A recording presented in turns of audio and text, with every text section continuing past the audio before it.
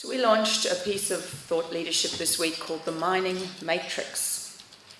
Let me try and explain this to you. We all know that mining is the Australian heritage. It's the backbone of the Australian and the West Australian economic and societal landscape. And yet, for the past decade, the image of mining has been in decline. So we asked the question, what needs to happen to improve the image of mining? Warrick, earlier this year you wrote an article on the erosion of corporate trust in mining. Please can you share with us why perceptions of mining are low and what are some of the proactive steps the industry can take to address and change the reputation of the industry? I think it's much bigger than mining. I'd start with that point. It's the lack of trust globally in some of the pillars of society, through religious organisations, through to sporting teams, through to political leaders. So it's a bigger issue in society. It's much bigger than mining.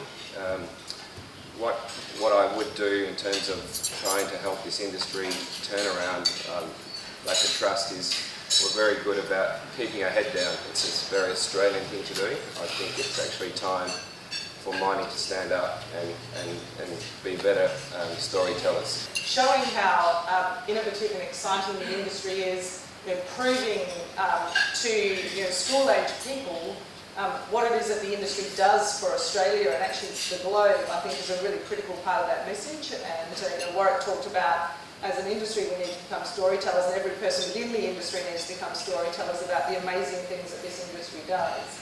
So I think having the confidence to go out and have those conversations, I think, is so important. We know that it's happening on small scales, and there are sort of various organisations going into schools and things like that, having those conversations, but it needs to happen on a much, much bigger scale.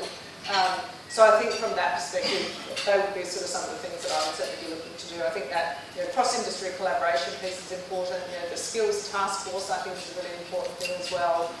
So there are, we are seeing things happening. We just need to do it on a much, much grander scale. When we're talking about attracting staff, we typically think of just stealing them off each other.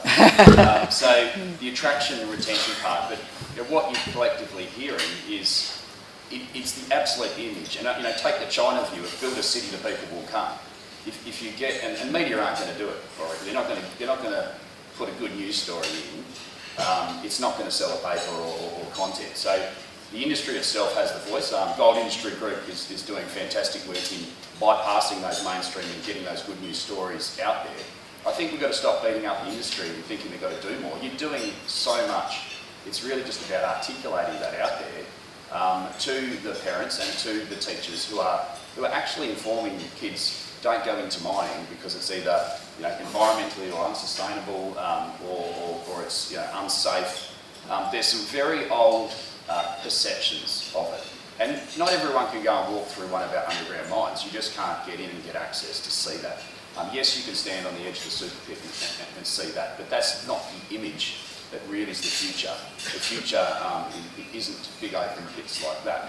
So I think about articulating, getting that knowledge, that innovation, it is a generational change. If you just look at, I studied here at the School of Mines 25 years ago and left, and the image around safety, the absolute image as you went into an underground mine, it needed a generational change, and for people to actually leave the industry until people came in and didn't accept certain standards.